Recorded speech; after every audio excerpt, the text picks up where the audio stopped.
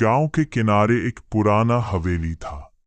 लोग कहते थे कि वहां एक आत्मा रहती है जो सिर्फ उन्हीं को दिखाई देती है जिनका दिल साफ हो।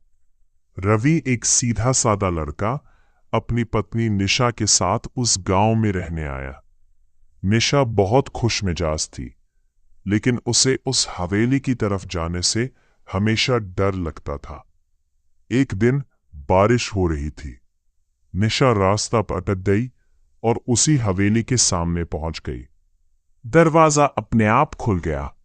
अंदर एक लड़की खड़ी थी, सफेद कपड़ों में।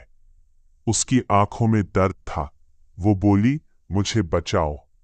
निशा डर गई, लेकिन उसके दिल में दया आ गई। उसने पूछा, तुम कौन हो? लड़की धीरे से बोली, मेरा नाम मीरा है। मुझे यहां मार दिया गया था। विलेन की एंट्री। गांव का सबसे ताकतवर आदमी ठाकुर विक्रम, जिसका सच कोई नहीं जानता था। असल में उसी ने मीरा को मारकर उसकी आत्मा को हवेली में कैद कर दिया था, क्योंकि मीरा उसकी सच्चाई सबके सामने लाना चाहती थी।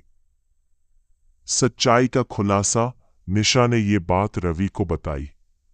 पहले तो रवि ने विश्वास नहीं किया, लेकिन उसी रात उसे भी वो आत्मा दिखाई दी। मीरा ने उन्हें सब सच दिखाया।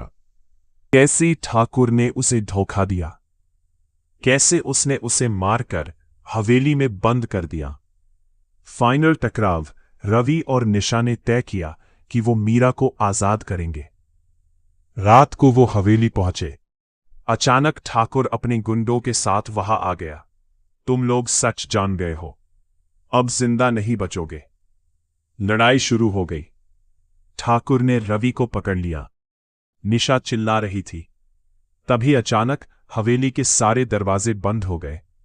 हवा तेज चलने लगी और मीरा की आत्मा प्रकट हुई। उसकी आंखें जल रही थी। आत्मा का बदला। मीरा ने गुस्से में ठाकुर को हवा में उठा लिया। ठाकुर डर से चिल्लाया, मुझे माफ कर दो। मीरा बोली, अब बहुत देर हो चुकी है। अगले ही पल ठाकुर की चीख हवेली में गूंज उठी और सब शांत हो गया। अंत सुबह। हवेली अब शांत थी। मीरा की आत्मा मुस्कुरा रही थी।